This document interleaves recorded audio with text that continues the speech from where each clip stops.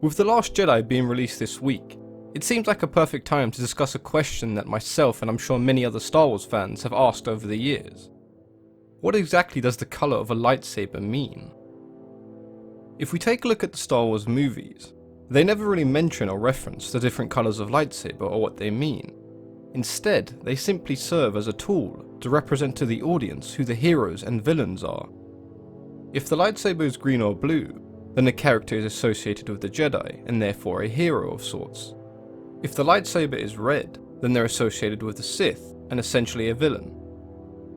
During the making of the original movies, there wasn't a whole lot of thought placed into the colour of a lightsaber. The only reason that Luke's lightsaber changes from blue to green in The Return of the Jedi is because it was very difficult to see Luke's original blue lightsaber against the backdrop of the blue sky outside of Jabba's palace.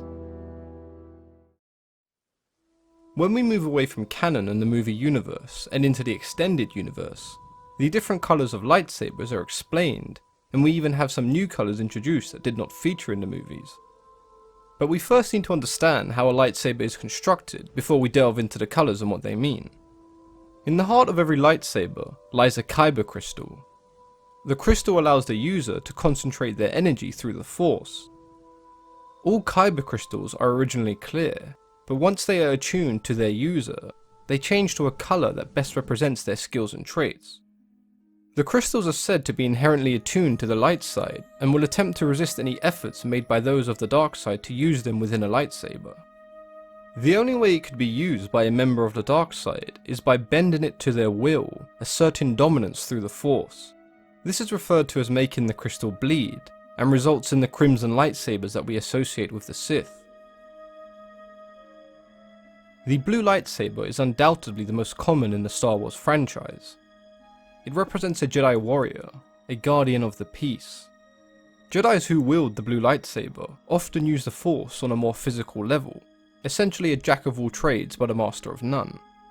The blue lightsaber is ultimately a sign of a well-balanced Jedi, and we see characters such as Obi-Wan Kenobi, Anakin Skywalker, and even Rey using a blue lightsaber. The green lightsaber is an indication of a Jedi consular. These Jedi had a very strong connection to the Force, and they preferred studying and reflecting its mysteries. They would often use numerous forms of negotiation before resorting to using their lightsaber. We see some of the most powerful Jedi in existence using green lightsabers, including Qui-Gon Jinn, Yoda, and of course Luke Skywalker. The red lightsaber and the Sith go hand in hand at this point. Their lightsabers are essentially corrupted by the dark side, as they were themselves. The red signifies intense emotion and passion, anger and hatred, all things we've come to expect from the Sith. This leads us to the rare and unconventional colours, one of the most notorious being the purple lightsaber of Mace Windu. During the filming of the prequels, there was no intention of ever having a purple lightsaber. It was actually the actor that played Mace Windu, Samuel Jackson, who asked George Lucas if his character could have a purple lightsaber so he could stand out. Now the fans and numerous authors ran with this idea, and with blue and red making purple, it seemed only fitting that the purple lightsaber would represent a light side user who was able to use elements of the dark side. We see the power of the purple lightsaber when Mace Windu absorbs Palpatine's Force lightning and redirects it towards him. With all of that being said, it definitely offers a more interesting explanation than Samuel Jackson just wanted a purple lightsaber to stand out. The yellow lightsaber is one that we most commonly see being used by the Jedi Temple guards. These guards are often referred to as Jedi Sentinels. These Sentinels believed in a balance between skills in combat and scholarly pursuits. There is no current explanation in canon as to how the yellow lightsabers are made. The white lightsaber is one that we see in Star Wars Rebels when Ahsoka Tano is reintroduced. The only known way to create a white lightsaber is when the bleeding process performed by a Sith is reversed, essentially healing the kyber crystal.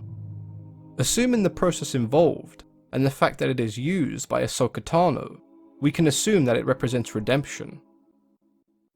The last lightsaber we'll be covering today is the black or dark saber. an ancient weapon that was once used by the Jedi. It was eventually stolen by a group of Mandalorians, and as a result it would be passed down through their generations for many years. We also see Darth Maul using the Darksaber during the Clone Wars, and the origins behind the saber are unknown.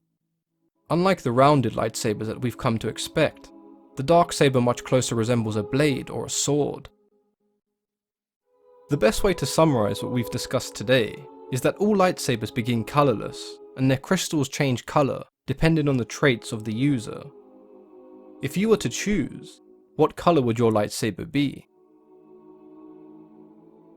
I hope you guys enjoyed the video. I know it's a little different from the regular content we cover, but I do want to explore some other fictional universes that I find interesting. As always, I've been your host, Mythology and Fiction Explained.